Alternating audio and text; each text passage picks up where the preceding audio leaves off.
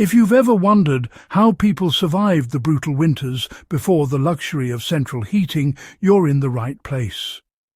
Before modern systems, heating a home wasn't about cranking a thermostat. It was a skill, a strategy, and often a necessity dictated by available fuel and resources. Understanding these methods is not just history. It's survival knowledge that can be applied even today. If you enjoy this type of deep dive, make sure to subscribe, like, and leave a comment with your thoughts or your own winter strategies. People heated rooms individually because it was efficient and manageable. Before central heating, homes were heated selectively. Fires burned in the main living spaces and sometimes bedrooms, but rarely everywhere at once. Stone, brick, and wood construction meant that heat didn't travel easily. Homeowners quickly realized that trying to warm every room equally was wasteful. Instead, families focused their efforts where it mattered most: the kitchen, the main living area, and the rooms where people slept. In practice, this meant large fireplaces or wood stoves in communal areas, often with a smaller secondary stove in a bedroom. Kitchens were central not just for cooking, but for heat. In many homes, the hearth radiated warmth for hours after the fire was out, providing a cozy spot for the family and a place to dry clothing or bedding overnight. For modern enthusiasts, this teaches a crucial survival principle: concentrate heat where you need it most. Even a single efficient stove can provide significant warmth if you direct it strategically. Layering and zoning were natural methods to conserve heat. Rooms were often closed off with doors, heavy curtains, or even temporary partitions to keep heat from escaping into unused areas.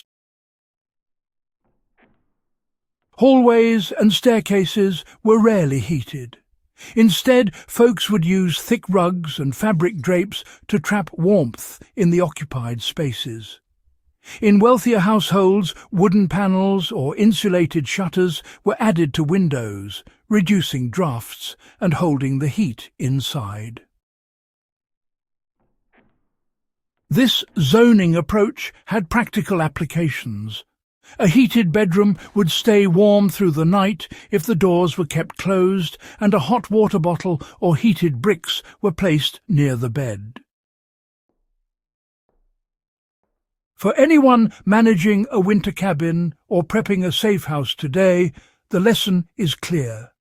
Focus your resources where they will provide the maximum benefit and, don't waste heat on unoccupied rooms. Fireplaces and stoves were designed for both warmth and function. The fireplaces of the 18th and 19th centuries were not just decorative, Deep, well-built hearths radiated heat effectively, and iron or brick stoves captured the warmth, releasing it slowly over hours. Many stoves featured oven compartments, allowing them to serve both for cooking and heating simultaneously. This dual-purpose setup was an essential survival strategy in an era when wood and coal were, precious commodities.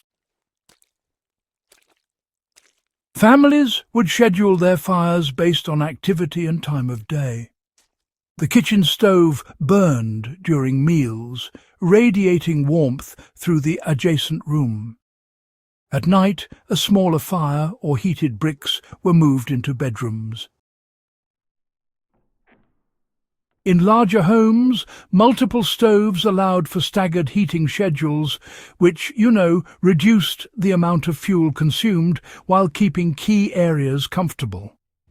For preppers today, understanding this system really reinforces the idea that heat management isn't about constant warmth everywhere. It's about efficient distribution. Thermal mass and building materials played a key role. Stone walls, brick chimneys, and thick wooden floors weren't just structural. They stored and released heat. A well-constructed fireplace absorbed heat during the day and, released it slowly at night, maintaining a more stable temperature than we often realize. Homeowners who could afford it oriented their homes to maximize sunlight during winter, allowing passive heating to, complement the fires.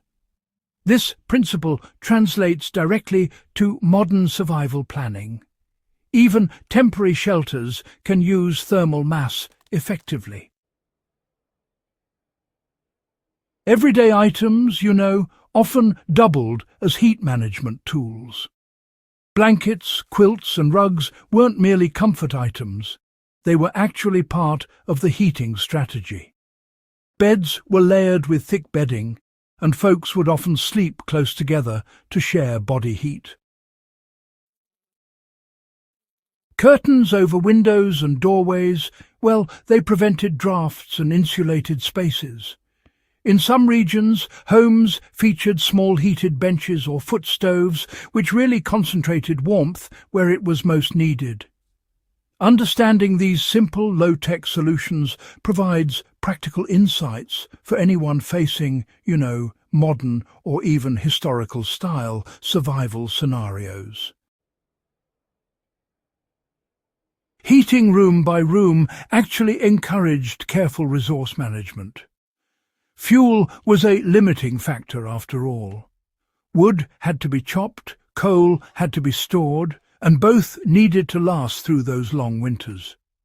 By heating rooms individually, households could extend their fuel supply while, maximizing comfort. This mindset encouraged forethought, planning, and skill. Qualities every prepper should cultivate today. Even in contemporary emergency situations, this principle is invaluable. Using a single stove, fireplace, or portable heater efficiently can maintain comfort without depleting resources too quickly. It's an approach that has been honed over centuries of necessity. You don't need a historical home to benefit from these strategies. Just focus your heating resources on key areas, use thermal mass to store and radiate heat, layer fabrics to reduce heat loss, and, schedule fires or heaters strategically.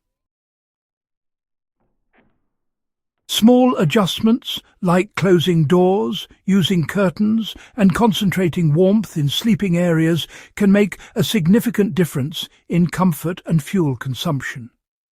Understanding these old methods gives you not just historical knowledge, but practical skills you can apply to modern prepping, cabin life, or off-grid survival. The efficiency of heating room by room wasn't just about comfort. It was survival. Remember to subscribe, like, and share your thoughts. If you found this guide valuable, don't forget to subscribe to Warfield Prepper Chronicles. Liking the video helps us reach more history and survival enthusiasts, and leaving a comment with your thoughts or your own strategies helps build a community that appreciates these timeless skills.